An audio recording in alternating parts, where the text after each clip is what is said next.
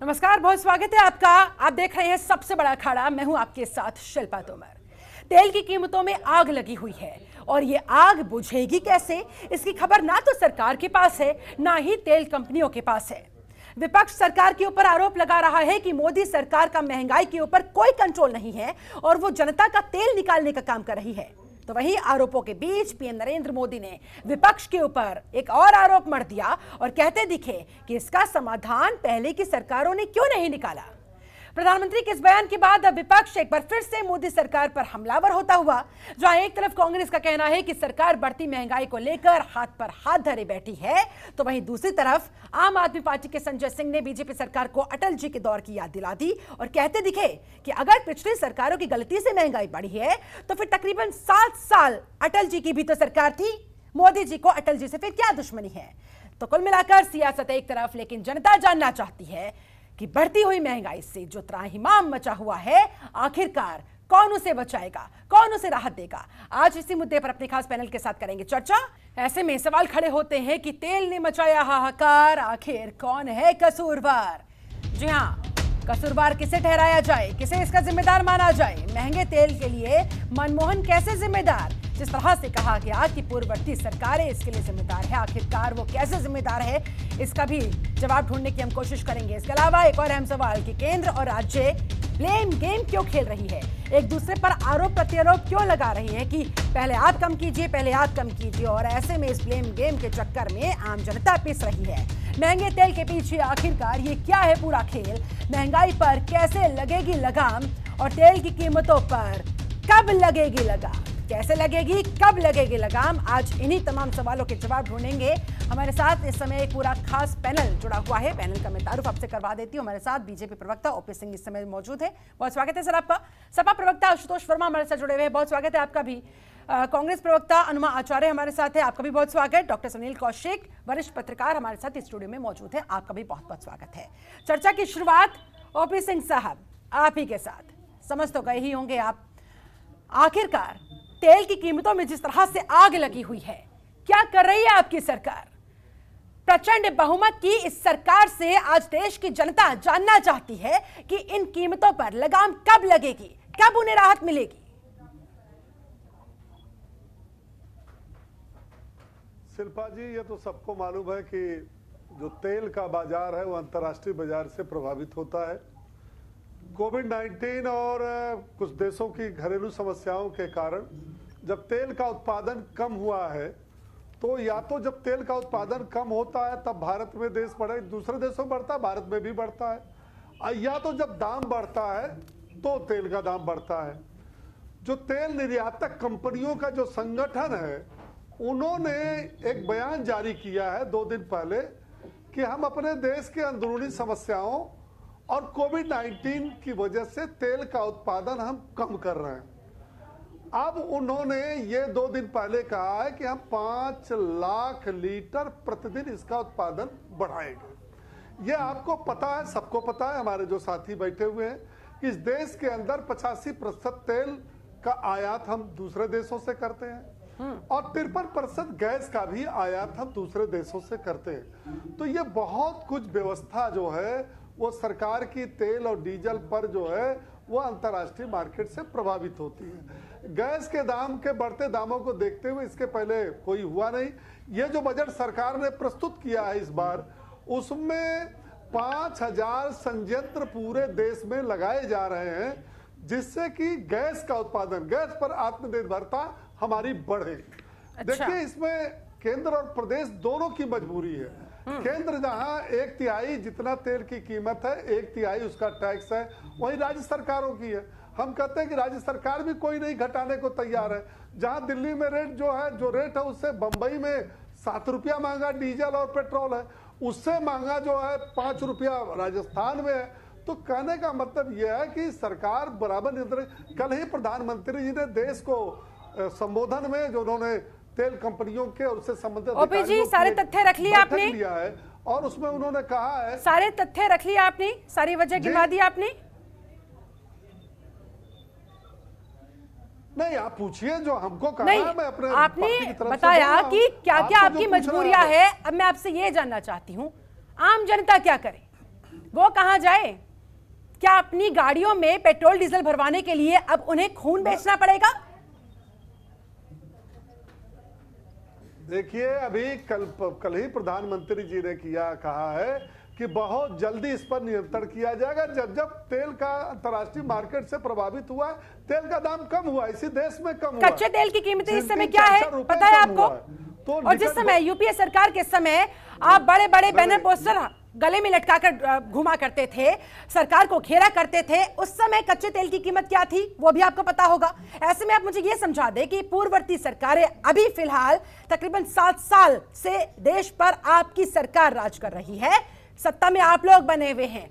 आप लोग क्या कर रहे हैं? जिन गड्ढों को भरने का काम आप कहते थे कि हम कर रहे हैं, इसी वजह से तमाम दिक्कतों का सामना करना पड़ रहा है, क्या वो गड्ढे अब तक नहीं भरे गए? और उन गड्ढों की जिम्मेदारी अगर आप पूर्ववर्ती सरकारों पर डाल देंगे तो आपकी जिम्मेदारी क्या है? आप ये बताइए। आप नहीं, हमारी जिम्मेदारी है जनता को सुविधा देना, जनता के हितों को सोचना और जनता के लिए जो भी आवश्यक उपाय हो सकते हैं उसको करने की जिम्मेदारी निश्चित रूप से हमारी है और हम उसको कर रहे हैं। तो जीडीपी के दायरे में क्यों नहीं लाते? देश के अंदर पेट्रोल डीजल की कीमतें जीडीपी के दायरे में फिर क्यों नहीं लाते आप? सुनिए ना, जीएसटी के दायरे में, माफ कीजिएगा, जीएसटी के दायरे में क्यों नहीं लाते? नहीं सुनिए।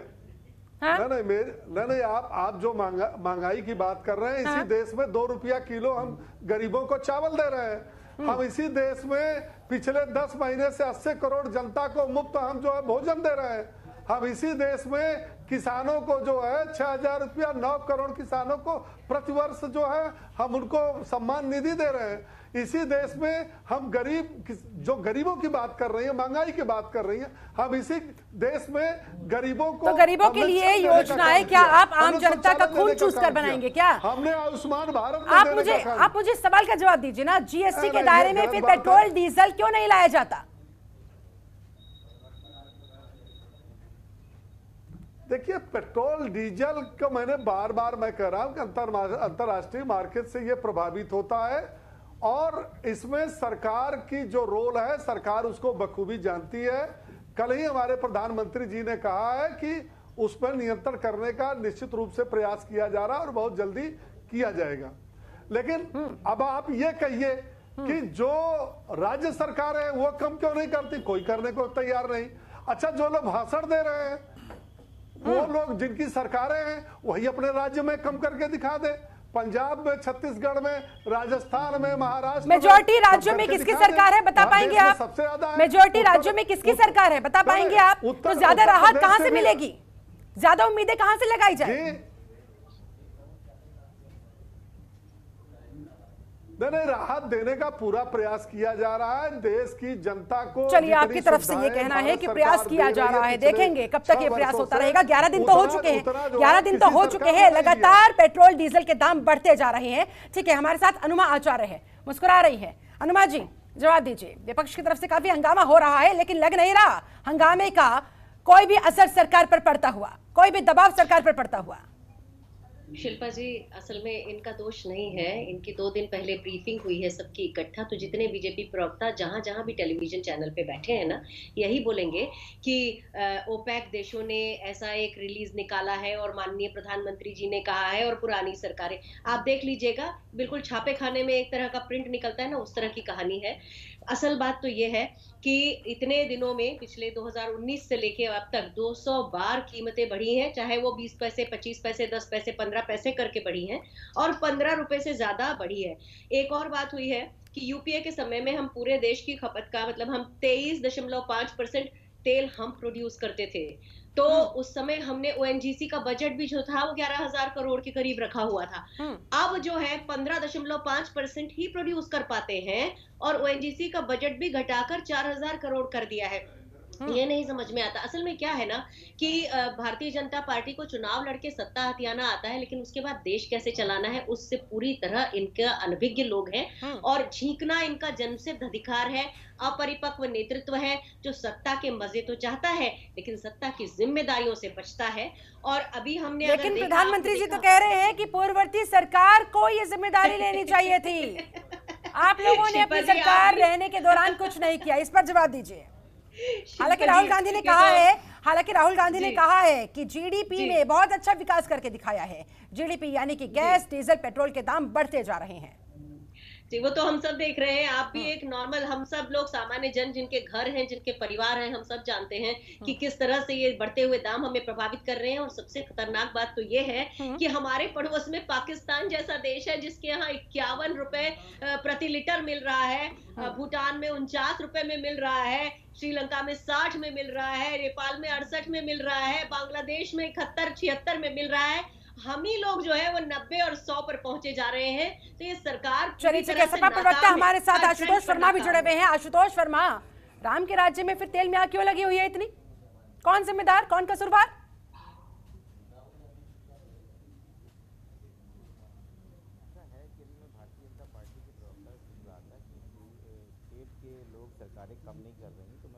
जनता उत्तर प्रदेश में रहती है। अरे प्रवक्ता जी, यही तो कुछ कम कर दीजिए, और तो छोड़ दीजिए, और तो मैं उम्मीद भी नहीं करता किसी को। और बार बार जब ये पेट्रोल डीजल की बात टीवी और चैनलों पे आती है, मुझे बार बार वो चीज़ याद आती है कि जब मोदी जी अपनी सेंट्रल की पारी खेलने की शुरुआत कर रहे थे तो बार बार बोलते थे, भाई और बहनों पेट्रोल डीजल कम होना चाहिए कि नहीं, होना चाहिए कि नहीं। मैं बार बार वो उंगली और निशान देखता हूँ, मुझे समझ में नहीं आ रहा था कि वो निशान किसके लिए था और किसके लिए बोला करते थे। आज समझ में नहीं आ रहा है वो चाहते क्या है। और बहुत बेसिक सी चीज है, ऑयल और पावर। ऑयल और पावर जिससे आम जनता जुड़ी है, और ऑयल और पावर किसके पास में ये आपको भी पता है। ठीक है, तो हिंदुस्तान की जनता को सिखाने की जरूरत नहीं है। ये भारतीय जनता पार्टी के प्रवक्ता वाकई छपे छपाए भाषणों के साथ देख रहे हैं और भूल जाते हैं कि क्या बोलने जा रहे हैं, इसका क्या प्रभाव पड़ने जा रहा है। ये आपके घर में भी उतना प्रभाव पड़ेगा। लेकिन जनता को कोई फर्क नहीं पड़ता कौन क्या बोल रहा है, जनता को उस चीज से फर्क पड़ता है जो सीधे सीधे उसकी जेब से जुड़ा हुआ होता है। चलिए ठीक है, सुशील त्रिपाठी हमारे साथ है, पूर्व आईएएस अधिकारी। सुशील जी, ये तेल का पूरा खेल है क्या, जरा आप मुझे समझाएं। और सरकार कहती है कि भाई अक्टूबर 2014 के बाद तो सरकार का कंट्रोल ही इस पर खत्म हो गया, और ये सवाल तो उस समय की सरकार से पूछा जाना चाहिए था जो ये रूल आए थे। आप जरा बताएं, कौन सच्चा, कौन झूठा, कौन खेल खेल रहा है इस तरह से तेल के साथ भी और जनता की भावनाओं के साथ भी, उनकी बजट के साथ भी? मैं तथ्यात्मक बात कहूंगा, मेरा कोई राजनीति से लेना देना नहीं है। निश्चित तौर। देखिए, हाँ, ऐसा है कि मार्च 2014 में कच्चे तेल की कीमत $105 प्रति बैरल थी। उस समय पेट्रोल जो है फिर भी 70 रुपए लीटर से अधिक दाम पर नहीं गया था जी। और डीजल शायद 60-65 पर था, क्योंकि उस समय टैक्सेस सरकार ने बहुत कम कर दिए थे। डीजल पर 3 रुपए प्रति लीटर और पेट्रोल पर 10.5 रुपए प्रति लीटर थे। 2014 के बाद लगातार कच्चे तेल की कीमतें घटती गईं और सरकार ने उसकी बेनिफिट को पास ऑन नहीं किया, बल्कि उसमें टैक्सेस बढ़ा करके, क्योंकि सरकार की वित्तीय स्थिति सुधार करना चाहती थी तो टैक्सेस लगा करके उसने किया। 2020 के प्रारंभ में ये टैक्स, केंद्र सरकार का टैक्स बढ़ के डीजल पर 18 रुपए और पेट्रोल पर 21-21.5 रुपए हो गया।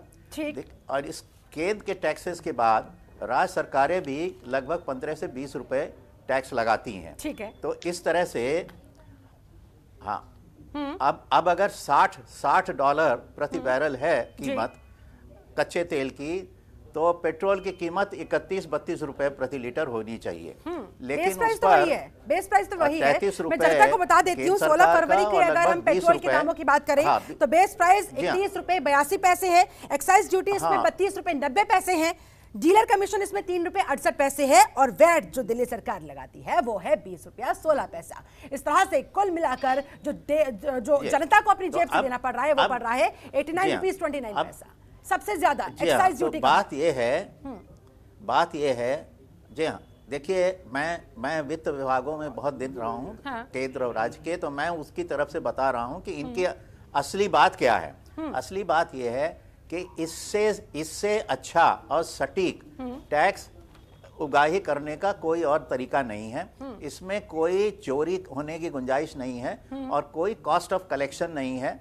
और चूंकि विकासशील देश में इसकी खपत बढ़ती रहती है। अगर दाम बढ़ता भी है तो लोग इसकी खपत कम ना कर पाते हैं क्योंकि आवश्यक वस्तु है, बल्कि अब उनकी बचत कम होती है और पब्लिक ट्रांसपोर्ट और प्राइवेट ट्रांसपोर्ट, कृषि और इवन कैप्टिव जनरेशन आदि इस पर निर्भर करता है। ठीक है। तो असल में अब जब कोरोना प्रारंभ हुआ मार्च में और उसके बाद मई में केंद्र सरकार ने टैक्सेस बढ़ा दिए। 18 रुपए डीजल से बढ़ा के 31.90-32 रुपए करीब कर दिया और पेट्रोल में 22 रुपए से बढ़ा के 33 रुपए करीब कर दिया। 21 रुपए से बढ़ा तो 12 रुपए पेट्रोल पर और 14 रुपए डीजल पर प्रति लीटर बढ़ गया। तो उस समय तो ठीक था क्योंकि उस समय कच्चे तेल की कीमत घट के $20 तक हो गई थी, जिसका मतलब था कि 12 रुपए लीटर शायद पेट्रोल का दाम होता, तो उसको 12 रुपए लीटर ना करके उसी दाम पर रखने के लिए टैक्सेस बढ़ा दिए गए। लेकिन अब फिर और उस समय ये भी बात थी चेंज हो जाती है तो दामों में परिवर्तन क्यों नहीं होता? बढ़ तो जाते हैं, घटते नजर क्यों नहीं आते? हाँ देखिए, हाँ एक सेकंड, अब पूरी बात कर लो। उस समय जीएसटी का कलेक्शन नहीं हो रहा था तो सरकार की वित्तीय स्थिति बहुत खराब थी, तो इसलिए ये सबसे आसान तरीका था, उन्होंने कर दिया। अब जीएसटी भी 1,30,000 करोड़ पहुंच गया है और कच्चा तेल $60 पर पहुंच गया है प्रति बैरल। तो जो कम से कम मार्च और मई में कोरोना के प्रारंभ में टैक्स लगे थे वो कम हो जाने चाहिए। असली बात यह है, लेकिन अभी भी सरकार की वित्तीय स्थिति काफी खराब है, खर्चे ज्यादा हैं, टैक्स उतना इनके पास आय के स्रोत है नहीं। ये सबसे आसान टैक्स है, इसलिए इसको लगाते रहते हैं। और ये कहना कि विदेशों में आयात करने से दाम बढ़ जाते हैं, ये नहीं ऐसी बात है, क्योंकि अभी तो देखिए दाम कम है और ओएनजीसी भी अगर बनाता है तो उसके भी दाम $50-60 से कम नहीं आते हैं प्रति बैरल।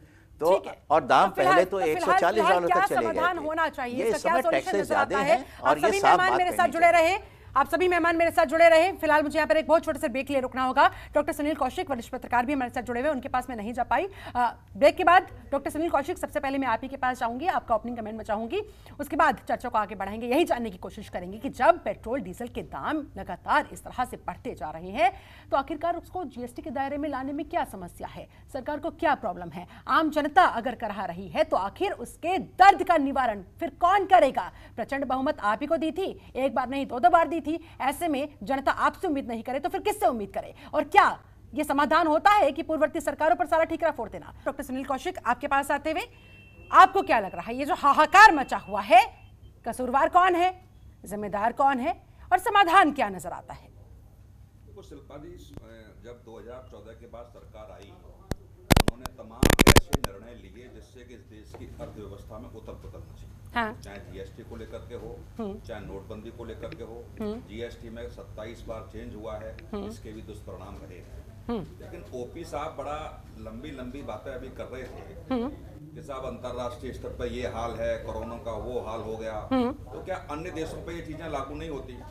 जब इनकी सरकार 2014 में जब इस देश में बनी तब आपका 63 रुपए 65 पैसे प्रति डॉलर इनका था, ठीक है कि नहीं? आज इनका 108 रुपए तब था और आज 63 रुपया है। तो आप ये देख लीजिए कि 40% तो दामों में बढ़ोतरी हुई है और अंतरराष्ट्रीय स्तर की जो कीमत है उस पर 41% कम हुआ है।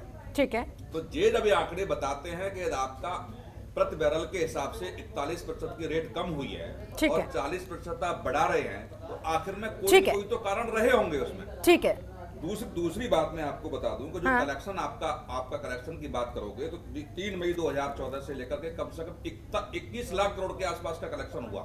और आज टैक्स की यदि हम बात करें तो डीजल पर 43 रुपए और पेट्रोल पर 53 रुपए के आसपास का टैक्स लगाती है केंद्र सरकार। ठीक है, तो ये सारी जब स्थिति है सामने, वह दिन भूल गए क्या बीजेपी जब सड़कों पे उतर के यहाँ के प्रधानमंत्री मनमोहन सिंह को चूड़ियां भेंट की थी? बिल्कुल, चलिए ठीक है, इसका जवाब ओपी सिंह जी देंगे। और ओपी जी, अमूमन आपको शिकायत होती है आपको बोलने का मौका नहीं दिया जाता या फिर कम समय दिया जाता है। आज मैं आपको पूरा समय दे रही हूँ, आप मुझे बता दीजिए, आम जनता को समझा दीजिए आपके पास क्या समाधान है।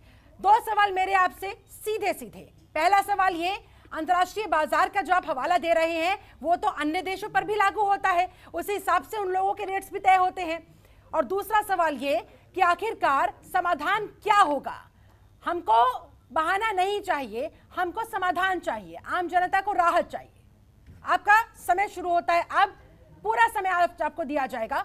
अच्छे से समझाइए, अच्छे से बताइए क्या है आपकी प्लानिंग। देखिए शिल्पा जी, सवाल आपका गंभीर है और सही भी है कि जनता को महंगाई से राहत मिलनी चाहिए। और हमारी सरकार जब से 6 साल से केंद्र सरकार में आई है या जिन प्रदेशों में है, जनता के हितों को ध्यान में रखकर कर रहा है। अभी डीजल और पेट्रोल की बात हो रही थी कि पाकिस्तान में 51 रुपया जो है वो डीजल है और भारत में इतना रुपया है। तो यहाँ जो हमारे IAS अधिकारी बैठे उनको बताइए, उनसे भी पूछ लीजिए कि केरोसिन का तेल जो पूरे देश में गरीबों के, एकमात्र गरीब उसका उपयोग करते हैं, पूरी दुनिया में सबसे सस्ता अगर तेल केरोसिन का तो भारत में तेल है। किसी दुनिया में बात तो यहाँ पेट्रोल डीजल की हो रही है। चावल और दाल नहीं, पेट्रोल जो तो इसमें केरोसिन भी तो एक आवश्यकता है। आपने तो पूरे देश में बिजली पहुंचा दी हर गांव। तो केरोसिन तेल की आवश्यकता भी पड़ रही है क्या? क्या 2014 की तुलना और 2021 की तुलना करेंगे? मैं वही कह रहा हूँ, केरोसिन तेल की सप्लाई का भी तो अंतर देख लीजिए। अरे भाई टोकिए मत बीच में, जवाब दीजिए, बोलिए।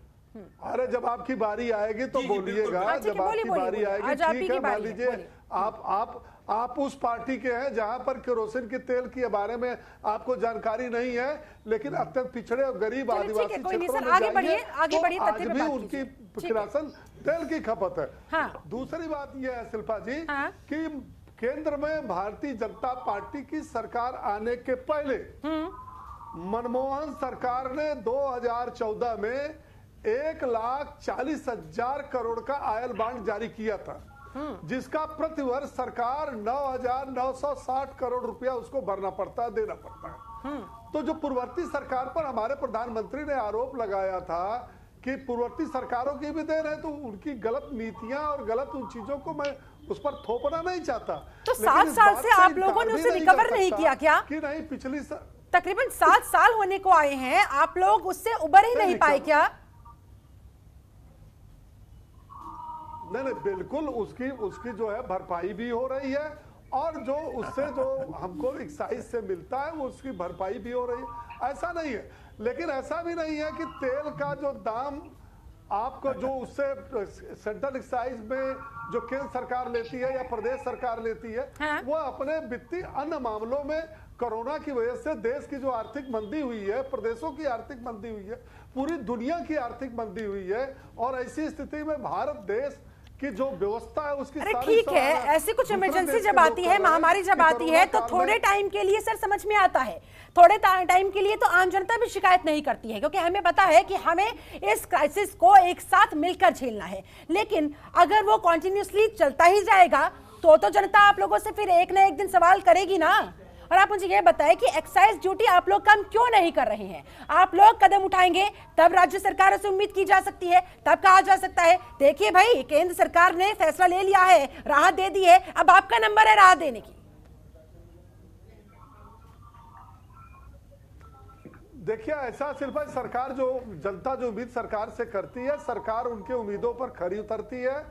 हमारी जो योजनाएं हैं, सबका साथ सबका विकास सबका विश्वास, और 2014 में वादा करके जब हम सरकार में आए थे उन वादों को पूरा किया, इसीलिए जनता ने 2019 में उससे भी भारी समर्थन दिया। आज वही जनता कह रही है कि जनता महंगाई से त्रस्त है और सरकार टैक्स वसूली में मस्त है।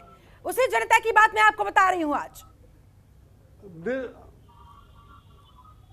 नहीं शिल्पा जी, हमारे प्रधानमंत्री जी ने भी कहा, पेट्रोलियम मंत्री जी ने भी कहा है, कल की उन्होंने मीटिंग किया है कि इस पर जल्द से जल्द नियंत्रण करके इसके दाम को कम करने का प्रयास किया जा रहा है। और आप देखेंगे कि आगे के 15 दिनों के अंदर निश्चित रूप से इसके दाम घटेंगे, निश्चित रूप से घटेंगे।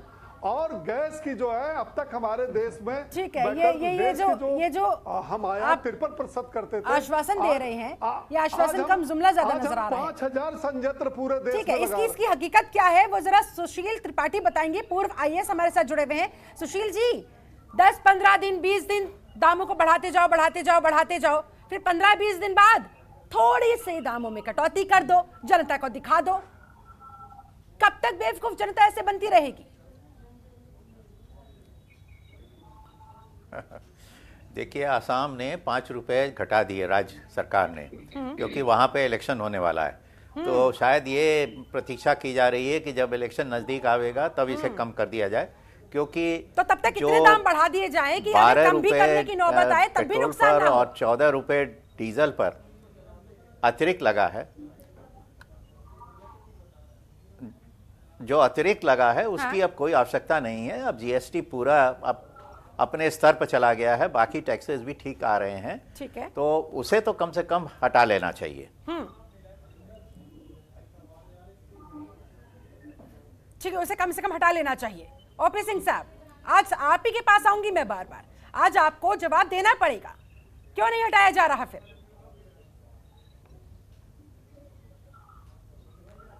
मैंने कहा ना कि इस पर कल ही बैठक हुई है और पूरे गंभीरता के साथ बैठक हुई है। प्रधानमंत्री जी ने स्वयं बैठक लिया है और उस पर घटाने के लिए और नियंत्रित करने के लिए, तेल के दामों को नियंत्रित करने के लिए, कम करने के लिए उस पर योजना बन रही। मैंने कहा कि आगे के 20 दिनों में निश्चित रूप से कम होगा, लेकिन यहाँ निश्चित तो रूप से कम होगा। चलिए ठीक है, विपक्ष तो हंगामा कर रहा है, विपक्ष हंगामा कर रहा है, मुद्दा उठा रहा है महंगे तेल का, महंगे पेट्रोल का, महंगे डीजल का, लेकिन आप, चलिए ठीक है, विपक्ष पर तो आप क्या जवाब देंगे मैं जानती हूँ, पहले से जानती हूँ, लेकिन आप जरा ये बताएं, बीजेपी नेता सुब्रमण्यम स्वामी आप ही की पार्टी के हैं ना, वो फिर क्यों बार बार आपको घेरते हैं? वो क्यों आज कहते नजर आते हैं कि जनता का शोषण हो रहा है? क्या वाकई में बीजेपी जनता का शोषण कर रही है? मानेंगे अब आप ये बात, या फिर उनकी व्यक्तिगत राय कह के पल्ला झाड़ लेंगे?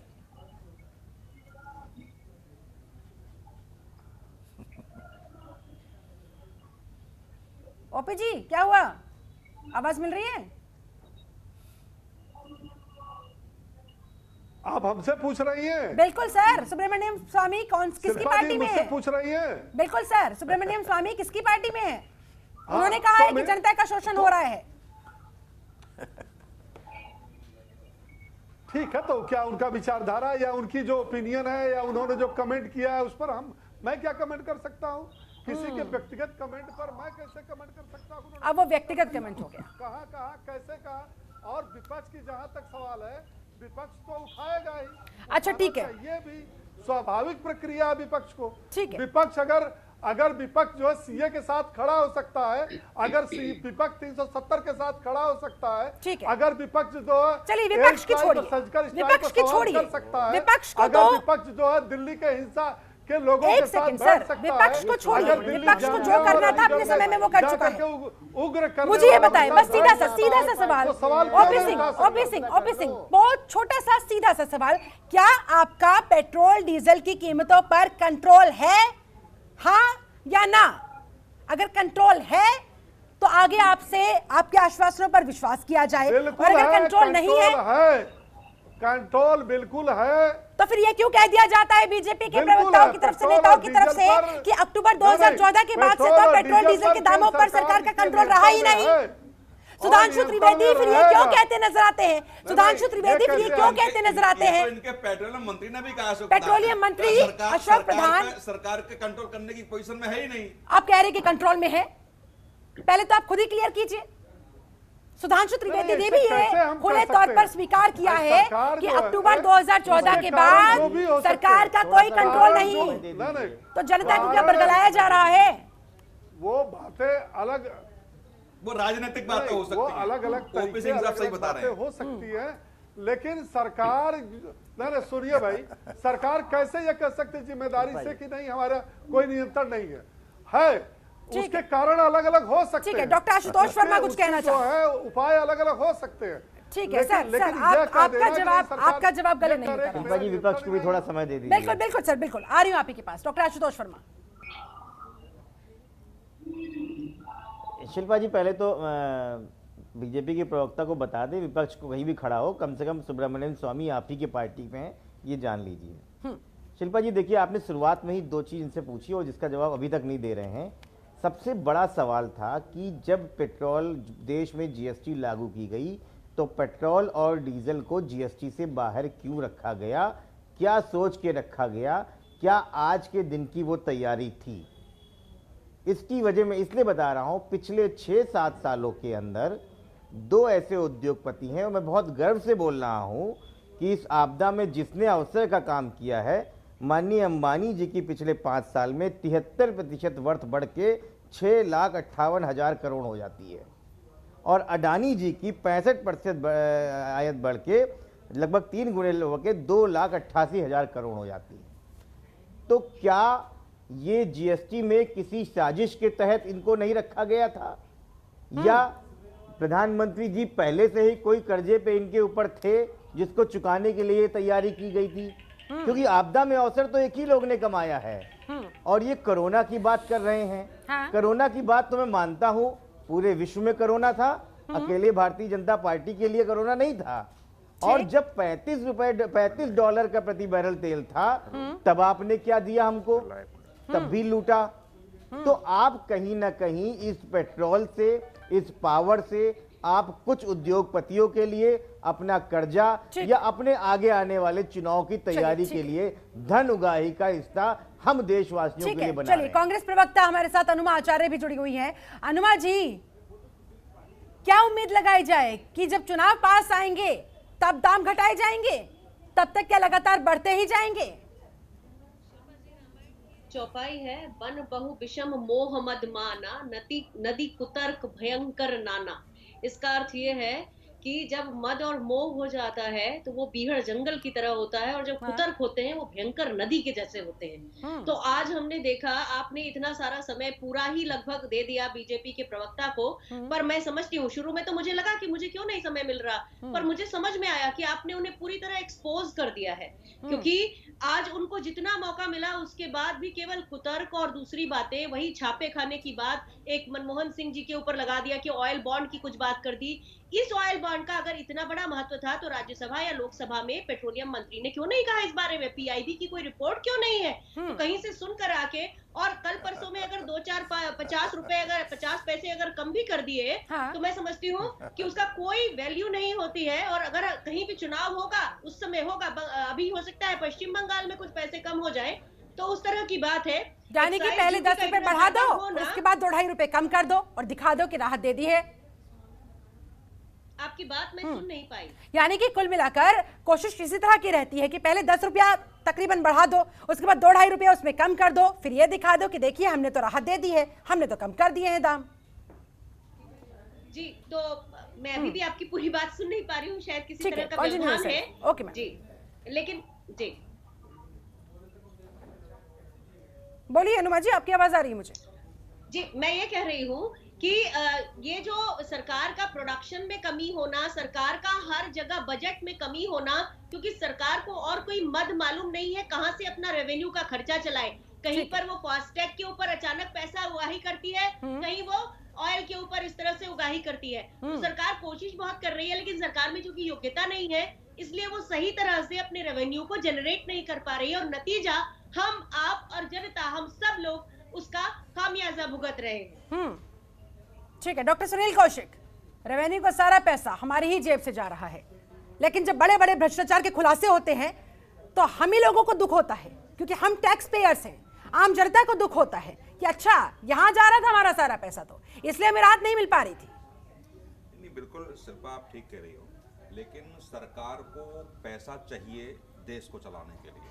तो यार मेरा मानना है व्यक्तिगत तौर से कि पेट्रोल और डीजल पर टैक्स कम करती है तो आखिर में पैसा तो हम लोगों को ही देना है, तो दूसरी जगह से कहीं ना कहीं टैक्स, यानी कि जीएसटी के दायरे में लाना असंभव, जीएसटी के दायरे बिल्कुल नहीं ला सकती। मैं बता रहा हूँ, जीएसटी के दायरे में लाते हैं तो 2021 में इनको 3,46,100 करोड़ रुपए का टैक्स के रूप में पेट्रोल और डीजल से पैसा मिला है, तो 3.5 लाख करोड़ रुपया कहाँ से लाएंगे? तो वो स्थिति सारी है। मेरा मानना है कि जो बीजेपी की योजनाएं हैं वो कहीं तक, अब आगे जाकर के क्या इफेक्ट उनका होता है कि फ्री में बांटने वाली जो चीजें हैं वो कम होनी चाहिए, जो सुविधाएं लोगों को मिल रही हैं वो कम होनी चाहिए। सिलेंडर गैस की बात हुई, तमाम लोगों ने सब्सिडी को छोड़ा, वो, लेकिन ये सारी चीजें दिखनी चाहिए, वो नहीं दिख पा रही हैं। आखिर में वो स्थिति कैसे बनेगी, देश उसको कैसे समझेगा कि जो राहत घोषणाओं में दिखती है वो हकीकत में नीचे स्तर तक पहुंच क्यों नहीं पा रही है, ये बीजेपी को मंथन करने की आवश्यकता है। जैसे जीएसटी लागू हो जाने के बाद आपने कांग्रेस ने जो जीएसटी बिल बनाया था आपने उसका विरोध किया और वो जीएसटी बिल लेकर के आए, लेकिन आज आप वहीं खड़े हैं जो कांग्रेस ने ड्राफ्ट तैयार किया था। 25 बार से ऊपर आपने रेटों में अप एंड डाउन किया, तो ये स्थिति दिखाती है क्या बीजेपी सरकार का जल्दबाजी में कोई निर्णय लेती है क्या, या ऐसी कोई शक्तियां पीछे देश के हैं कि उनके इशारे पर लेती हैं क्या? तो ये थोड़ा सा बीजेपी को मंथन करना पड़ेगा, मंथन करना होगा और जल्द से जल्द मंथन करना होगा, क्योंकि समय तेजी के साथ भाग रहा है, तेजी के साथ दाम ऊपर बढ़ते ही चले जा रहे हैं। 11वां दिन आज हो चुका है, लगातार पेट्रोल के दाम भी बढ़े हैं और डीजल के दाम भी बढ़े हैं। पूर्व IAS सुशील त्रिपाठी सर, मेरे पास समय की कमी है, आप सभी से मैं एक एक करके फाइनल कमेंट चाहूंगी। सुशील जी, आप मुझे इसका समाधान बताएं, सॉल्यूशन बताएं। चर्चा बहुत हो चुकी है, तमाम तथ्य रख दिए गए हैं, तमाम कारण गिनवा दिए गए हैं, समाधान क्या नजर आता है, क्या किया जाना चाहिए इस समय? जी हाँ, कम से कम वो टैक्स तो जो उन्होंने कोरोना के प्रारंभ में लगाया था 12 रुपए और 14 रुपए प्रति लीटर, वो अब वापस हो जाना चाहिए, क्योंकि अब जीएसटी से इनका कलेक्शन ठीक हो गया है और क्रूड के दाम वापस चले गए हैं जहां पहले थे, तो वो उतना तो इनको टैक्स वापस ले लेना चाहिए। चलिए, टैक्स वापस ले लेना चाहिए, यही फिलहाल समाधान दिखाई दे रहा है, इसी से जनता को राहत मिल सकती है। चलिए ठीक है, डॉक्टर आशुतोष शर्मा, आपका फाइनल कमेंट, कैसे मिलेगी जनता को राहत, क्या किया जाना चाहिए? जल्दी से सर, मेरे पास समय की कमी है, जल्दी जल्दी। शिल्पा जी वैसे भी इस कॉर्पोरेट घरानों की सरकारों से हमें बहुत ज़्यादा उम्मीद नहीं है। हमें चाहते हैं कि जिस तरीके से किसान हर जगह आत्महत्या कर रहा है, जिस तरीके से आम आदमी परेशान है और कोरोना ने वैसे ही पूरे बिजनेस को और सारे कामकाज को ठप कर रखा है, तो प्रधानमंत्री और भारतीय जनता पार्टी की असंवेदनशील सरकार से बस यही गुजारा करते हैं, जो स्थिति जहां है उसको संभाल लें, वरना ये विस्फोटक रूप लेगी। और भारतीय जनता पार्टी की सरकारें ये ना घमंड में आए कि सिर्फ चुनाव जीतने के लिए आप कहीं भी कुछ भी आप लॉलीपॉप देंगे और देश की जनता आपकी लॉलीपॉप से बिक जाएगी।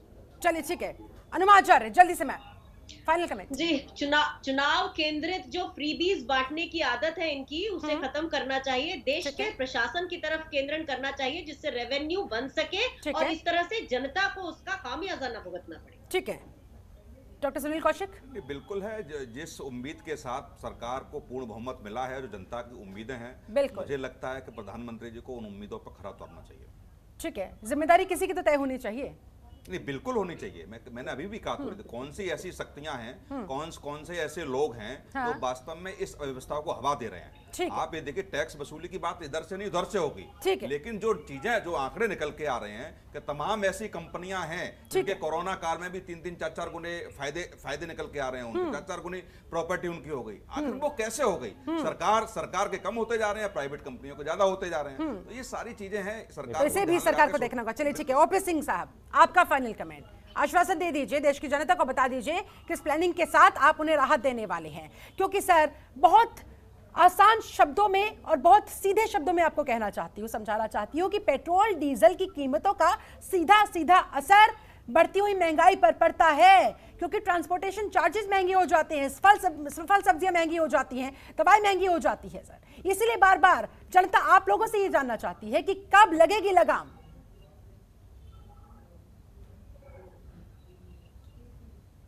बिल्कुल शिल्पा जी, आपने बिल्कुल सही कहा कि पेट्रोल डीजल के दाम बढ़ने से महंगाई बढ़ती है और आम आदमी पर इसका बोझ पड़ता है, मैं इससे इनकार नहीं करता। ठीक है, लेकिन हमारी सरकार इस पर गंभीरता से विचार कर रही है और मैंने कहा कि निकट के 2-3 सप्ताह में ये सारी जो समस्याएं हैं, जो जिसके कारण ये दाम बढ़े हैं, उसको नियंत्रित करने के लिए सरकार कमर कसे हुए है, पूरी प्रयास कर रही है। आगे के दिनों में निश्चित रूप से जनता को इसको राहत मिलेगी और महंगाई पर कंट्रोल। चलिए, देखने वाली बात होगी कि कब तक ये राहत मिल पाती है। बहुत शुक्रिया आप सभी मेहमानों का मेरे साथ इस खास चर्चा में जुड़ने के लिए, अपना समय निकालने के लिए। तो कुल मिलाकर पेट्रोल महंगा, डीजल महंगा, महंगा हुआ मकान, पेट्रोल महंगा, डीजल महंगा, महंगा हुआ मकान, दाल महंगी, दवा महंगी, केवल सस्ती बची है जान। विकास का, तरक्की का ये कैसा है वार, 100 के पार पहुंच गया पेट्रोल, क्या कर रही है 56 इंची सरकार। चलिए, मेरे साथ इस खास चर्चा में जुड़ने के लिए आप सभी का बहुत बहुत शुक्रिया। आप बने रहे जनतंत्र टीवी के साथ। नमस्कार। खबरों के निष्पक्ष विश्लेषण के लिए सब्सक्राइब करें Jantantra TV and press the bell icon. Never miss any update.